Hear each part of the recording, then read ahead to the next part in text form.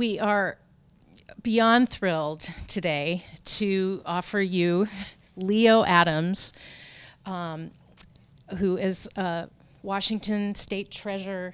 We're thrilled to have his work here in the gallery, and thank you all for coming to listen to Leo. Thank you.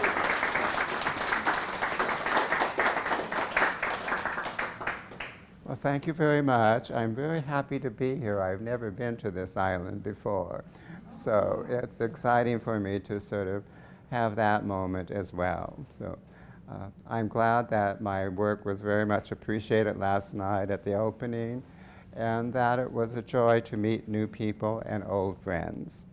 So I'm mainly an artist, a painter. That's all I've been most of my life, even since childhood. So I grew up on the Yakima Indian Reservation, and I'm a Yakima Indian. And I grew up with cattlemen mainly as my childhood, but I was never able to sort of fit into that world. So I kind of lived my own world, and my parents, my mother and father, made me, they wouldn't get me to get a job, so I had to take care of the house and the farm and the garden and everything else.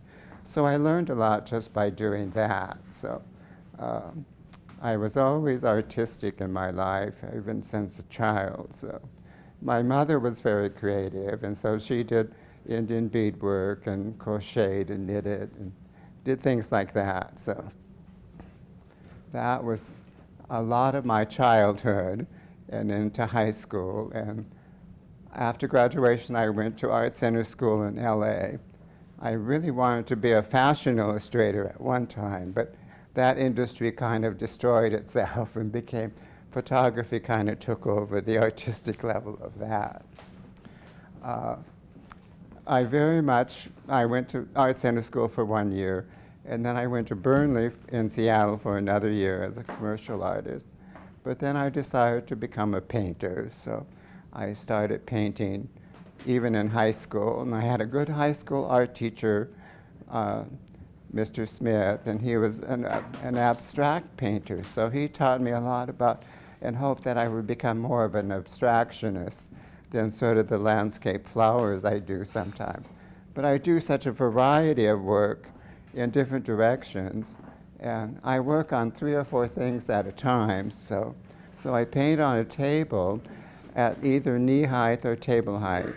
And so I usually work on 4 or 5 things at once. And so I'm jumping from one to the other while it's wet, or I'm moving paint around all the time with different materials that create some of the backgrounds in some of these paintings. So I use erasers and scallop, things you use in the kitchen sometimes to make some of the background material here. One of my newest things is coffee filters. Used coffee filters. So the brown ones in here, the coffee filters are the brown ones, the brown backgrounds like this one and that one. I glue them on and collage them onto the surface. And sometimes I scratch away at them, or sometimes I paint over them with acrylic paint. And so I'm always moving my hands and making, almost digging into like finger painting almost. So but I use different materials and surfaces to sort of dig into the wet paint and move it around. This show is one of the most colorful shows I've ever done. So, I used to be known for my dead rat colors. So.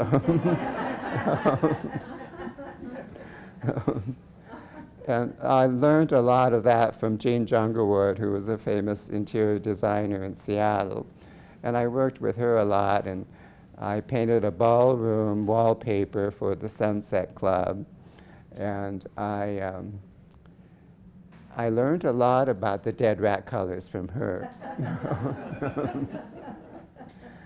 But now in my old age, I think I painted more colorful things now and more ideas with that.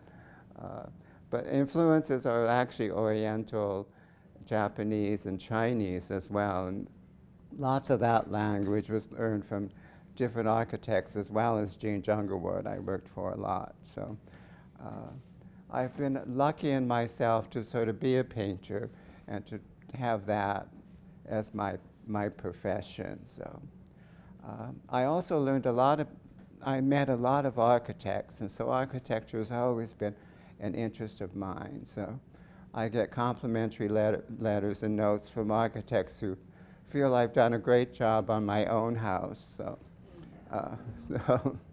my own house is sort of my artistic environment of trying to be an architect. I had the shell built and designed by the architect, but the inside I did a lot of the work myself.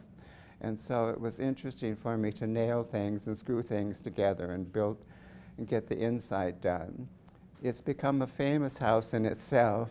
It has a book on itself, and a lot of things have, a lot of different interesting artistic people have visited my home.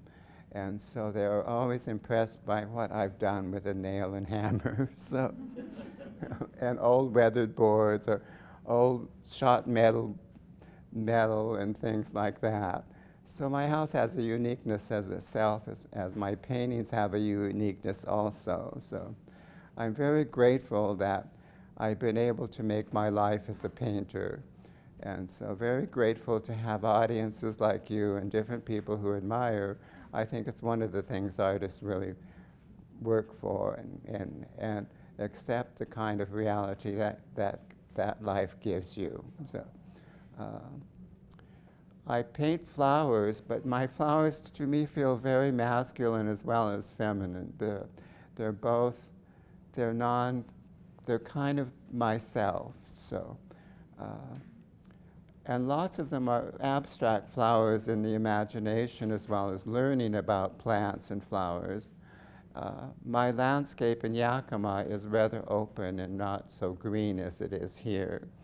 And I've learned to learn a lot about green, but this show influences many different colors. So I've never painted in purple before, and there's one painting here that's purple.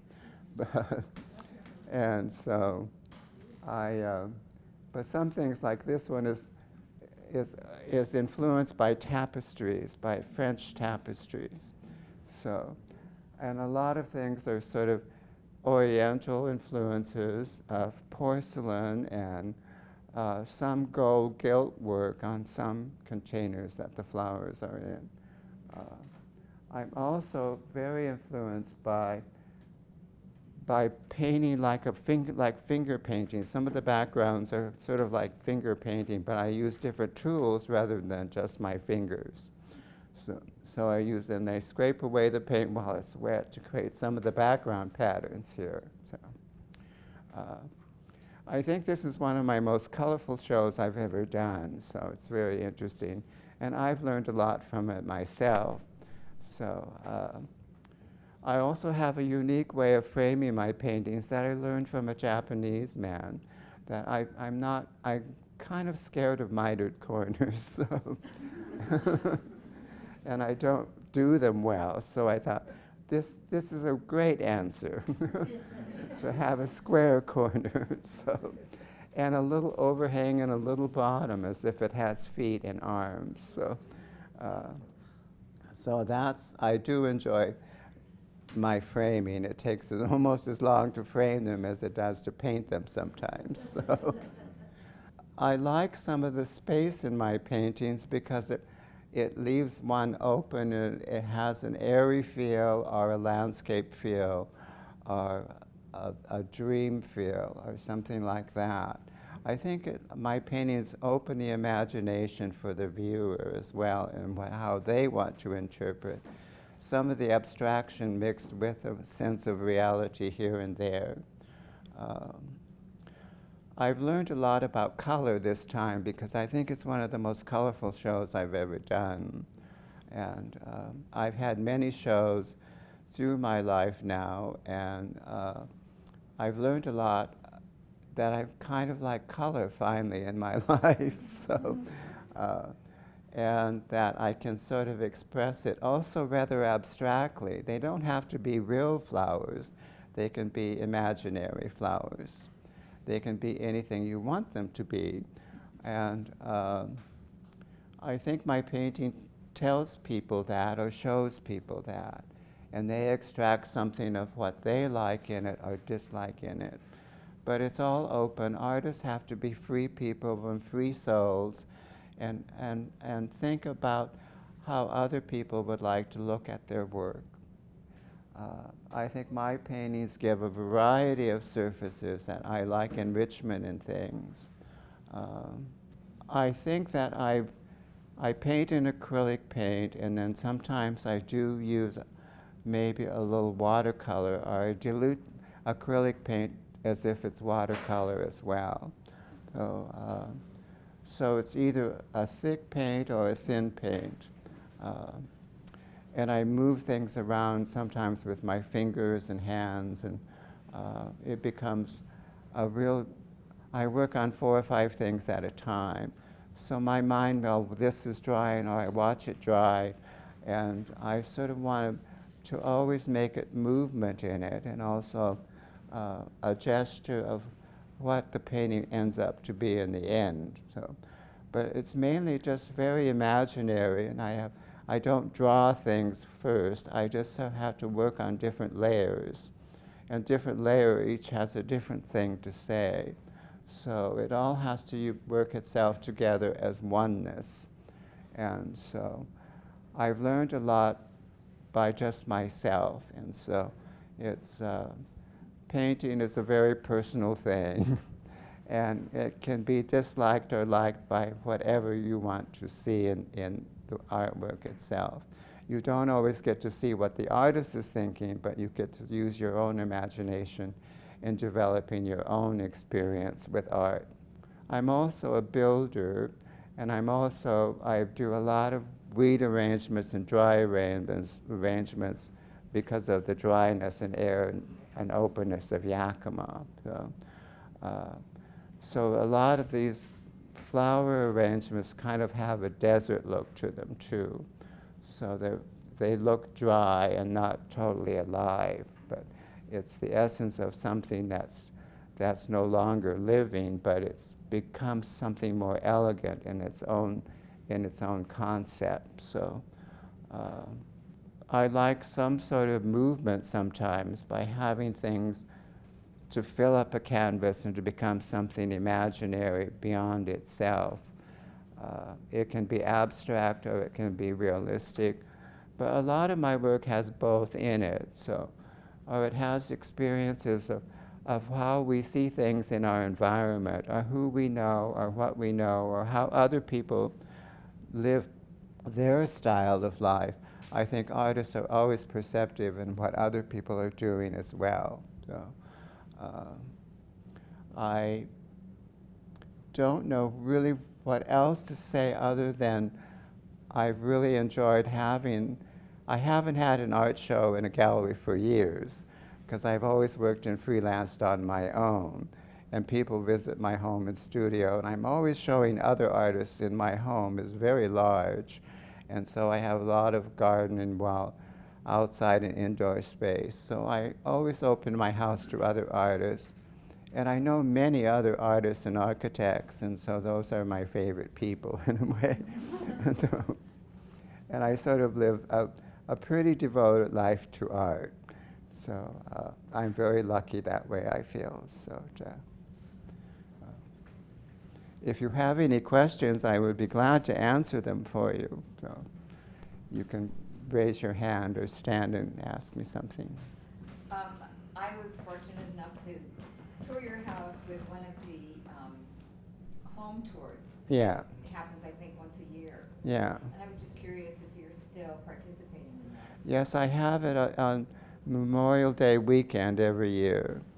And I have new artists every year that maybe have not shown the year before. I'm always meeting, I live in the world of other artists as well. And we all kind of, artists really devote themselves to liking each other sometimes. So, or they have something different to say, and that's what makes it all gel into something interesting as a personal thing. So. Hi, Leo. I'm really intrigued with the background of the painting behind you. how you achieved that. This was actually going to be a commission for another person, and I only had started it in brown and white. And the kind of rock forms were mainly brown and white, and then the client canceled, so it's been lying in my studio for probably a couple years. And so I thought, well, I better take and unroll it and look at it again. And so I added the color to the brown and white rock forms, and they became more garden-like and more rock-like. And so I added a lot of green, and then I finally added the white to make it sparkle a little bit more. And it gave it life and energy that it didn't have before, because it was not a complete painting yet. But I just let it go as rock forms and flower and tree and bush forms and grasses, to let it be itself. I added the black sky because the black sky doesn't exist, but sometimes in Oriental painting, the sky doesn't have to be blue. And so I like the little spark of black, of the black sky. Tends to give it a different energy than it had before. And now it has a life of its own. And so I like the elegance of its garden-like presence. Yeah. So it became something more imaginary than what it was. And it was only done recently. So, and it's bought by another dear friend who temporarily lives in China, but she bought it here. But she's remodeling a house on Lake Washington where the painting will go. So, yeah. Yeah. Another question, please? Yes. What stimulated your interest from poppies to abstracts, the landscape series, 7 landscape series? Well, 71. I did start painting Yakima landscapes because that's my favorite, that's where I live as well. But the dry hills and the dryness of Yakima and those dry colors and the desert colors and the sagebrush colors, and what Yakima offers in its landscape is actually interpreted in some of my paintings. So it has that essence of Yakima as well. So. I'm not used to being around a lot of green, unless it's a cultivated kind of green. So as I said, I always kind of paint it in brown and desert colors, and the dead rat color is my favorite phrase. I have one of those dead rat colors. Yes. But I don't use that language for it. Oh, no. It's kind of bold, but I don't mean it to be that way. No. But it does give you an essence of what it's about. You said that you use acrylics. How did you land on acrylics? How does it behave for you that would be different than oils? Acrylic dries fast. I tend to like to watch it dry. And I tend to sort of move it around in different developments of its dryness, of development to be dry. So I'm moving liquid paint around sometimes as well as a more dry paint. So I did paint in oils when I was a child, but I sort of got bored with waiting for it to dry. So it didn't interest me anymore, and my art teacher at Wapato gave me acrylics, and I really enjoyed the way that they work, and they work at my speed as well. So, and I can watch it dry. I often sometimes have an electrical heater that helps dry it quicker, but it also tightens up the canvas on its stretcher so that it's not going to have a wave in it or anything. So I sometimes use an electric fan to sort of dry the paintings and watch it dry quickly. But it does tighten up a lot of these commercial canvases that they're painted upon, and it tightens them up so they don't have a wrinkle or anything like that. I hope I've said enough about myself. it's kind of an honor to sort of sit and talk about yourself. But it was an honor to be asked to do this show because I've not had a coastal show for years. So I was honored to be asked to do this show. And so from an old friend who's now the director here, we knew each other many years ago and had not talked to each other for many years, and it was a surprise to hear from him again after this many years and be asked to do the show here. So that was an honor to do so, and I really thank him very much for asking me. And he gave me enough time to do it, and so it was an honor to be asked to be back in the Northwest again. So, because I sort of stayed home by myself on the East Coast and Yakima.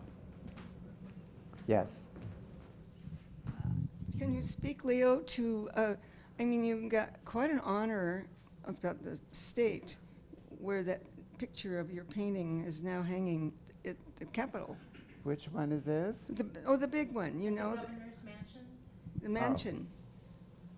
This one? No, back there, a picture of you. Oh, the big- Yeah, I mean, you were asked to paint for the state of Washington and the governor's mansion, the big painting. Oh, yeah. Oh, the big painting. Yeah, how you got involved with that? This happened in November, in May. I was asked to do a painting for the governor's mansion for the ballroom. And there's a Yakima committee that helped preserve and add to the governor's mansion, and they asked me if I would do a painting for it. I was acquainted with the mansion because I had a small show there in the hallway years ago. But I also worked with Jean Jungleward when she was doing reinventing the whole space of the governor's house. Got quite dated, so she put it more in a classic level. And a committee just asked me this last year to do a painting for the ballroom, and so the Yakima committee was there to sort of introduce me to that. I was acquainted with the ballroom because they had very few paintings in it, but they wanted the painting to go on a big wall, and the painting is 6 feet by 8 feet, and so it goes on a tall wall below 2 grand pianos.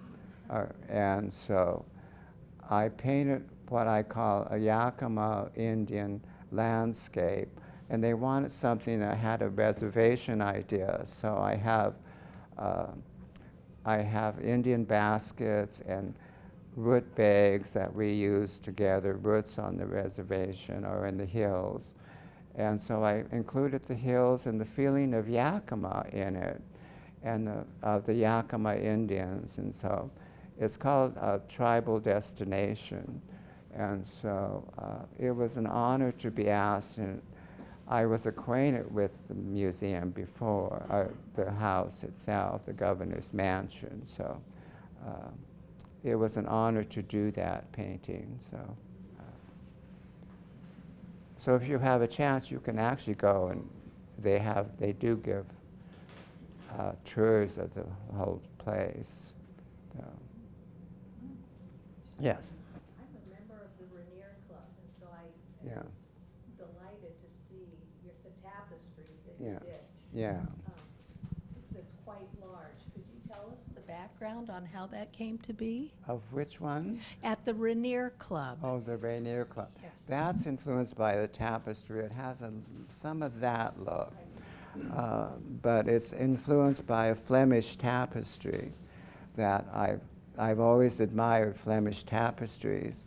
And so I wanted to have some essence of that in my painting. So I like the gold tones in it, the kind of ochre tones, and the natural weaving of a tapestry gives you those colors. And so it was very fascinating for me to paint something. I did a series of those where everything was kind of looked like it was from the tapestry colors. No, thank you. It's an old painting. It was done many years ago. I was much younger then. So Leo, I find it quite interesting about when you first started painting and you left the reservation to go to Yeah. school and then you went to Europe to Yes. paint. Could you tell us a little bit about that part of your life? I spent a year in Europe because I just wanted to get off the reservation. A lot of people wanted me to be an Indian painter who painted Indians, and I didn't want to be an Indian painter. And I always loved the cultures in Europe, and I wanted to go see them for myself. I had a tribal scholarship of $4,000, so they let me use part of that to travel. I also was asked some of the neighbor orchardists and the farmers that lived next to me in the lower valley in Wapato, they had relatives in Europe, and so there were two families I stayed with, one in Hamburg, Germany, that were relatives of theirs, and another one in Spain. And so I got to meet their additional families, and I lived with them for a while. And then the German one had an art student that was he was like a continuous college student, and he spoke like 13 languages. And so we scooted around Germany, and he showed me a lot. But then he also took me to Spain, which was his favorite country, and so I got to see a lot in Spain. I got to see a lot in Paris. I got to see the great museums and all the different artists. It was such a wonderful thing, and so I spent a year traveling there by myself, living in hostels and families, and being adventuresome and something totally new to me. So it was quite an adventure. I was only like 20 years old then, and so it was a very great experience to have. I came home on the Queen Mary, and so that in itself, I was tourist class, but it was an adventure itself. I snuck up to first class to see what it was look like. So I flew over and came back by boat to New York, and the World's Fair was on that year in New York. So I got to see that as well.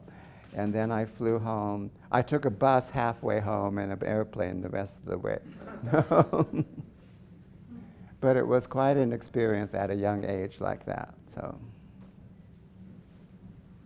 I think it's always been with me. So my house has a bit of that French look to itself. So, but it's very barn-like in a way too. So, and it's very Oriental in a way also. So it has an influence of Europe and the Japanese and the earthiness of the wood, and it's very much a brown house. Brown was my favorite color. So, yeah. Have you ever been to Japan? Pardon? Have you ever been to Japan? No, I have not. But I have a lot of books on Japan, so I have a lot of beautiful books in my library. And I use them as references at times or influences for my art. As you can see in the vases and some of the things in here. And the way space is broken up, often in Oriental way too. Yes. Well, can you speak a little bit, if someone hasn't seen your house or the book, about using found materials? You make such elegance out of nothing, basically. I have a variety of materials from metal that's shot by bullet holes. I have a lot of rusty things. I have an awful lot of, it's plywood city, my house, mainly, because it's the cheapest materials you can get. And so I think other architects have admired the way that one section of my house has a Japanese look. The other section has a very French look, and it's all full of French furniture and wonderful sofas. But I like to relate furniture and my art together, or the environment that it's going to be in, or how it's going to complement each other. So I have an awful lot of earthy things in my house. So it's a very earthy house in a way. So. Yeah. One more, one more comment on that. I like the story about, you have these rusticated leather chairs that are very French and elegant. And Yeah. you tell that story. You bought Well- the new and. Well, I bought some old broken up French chairs, and I had a woodworker in Seattle glued them all back together, and we upholstered them all in brown leather. But I admired a shoe designer because of his apartment in Europe, in Paris. He used wonderful French chairs covered in leather. And so I admired that very much. And of course they were brown, but with bleached frames. And so they add a nice elegance to my Barney house. So, and they give, and I like to relate paint. I use it to judge my painting sometimes myself as my own critic, to place a French chair next to the painting, to see how they relate or how they talk or unite together. And so I also become my own interior designer as well. And so I'm complimented on how I work such different things together. Like most of the tables in my house I've made, and some are old barrels and some are stacked wood that is cut in pieces and made into circles. And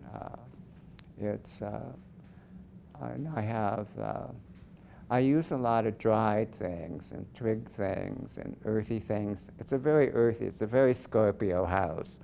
And I'm a Scorpio, so it has that feeling, yeah. One side is Japanese, the other side is more French. Yes. Is your lovely home book still in print? Yes.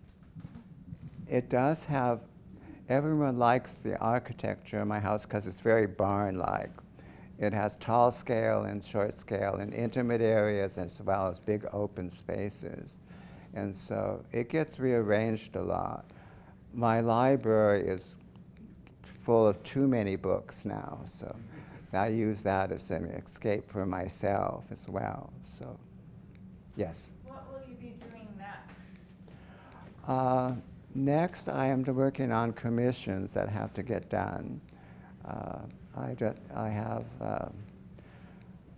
I'm doing different things, like I'm working on a set of narrow things that fit between the counter and the liquor cabinet. And they're only going to be this tall. But they have a lot of yardage to them to sort of fill in this area in the dining room. I'm often asked to do things for new houses, so I have no major large commission at the moment, and so other than I will just keep painting, so yeah. Yes. I'm curious, are you influenced by Morris Graves and that community of artists, the Northwest artists? I think somewhat so. I've always admired all the Northwest School, and I met Mark Tobey, and I met Morris Graves as well. And so I've been to one of the houses that they lived in. So, but all artists are fascinating people. They live unique lives that is their own. And they all have their own style and their own essence of themselves. I think they have a better sense of who they are and what they are. But it was interesting to meet them in the galleries I used to show in Seattle, Foster White, and I've also just worked for a number of the Seattle designers too. So, and I met a few famous artists. So, any more questions? Be happy to answer.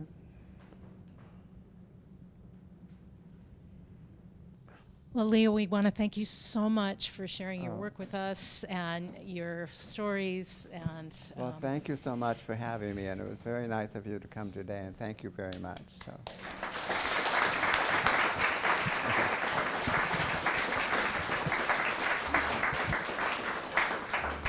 Please join us in the gallery to see a rare exhibition of new works by Leo Adams on view from November 3rd to November 26th.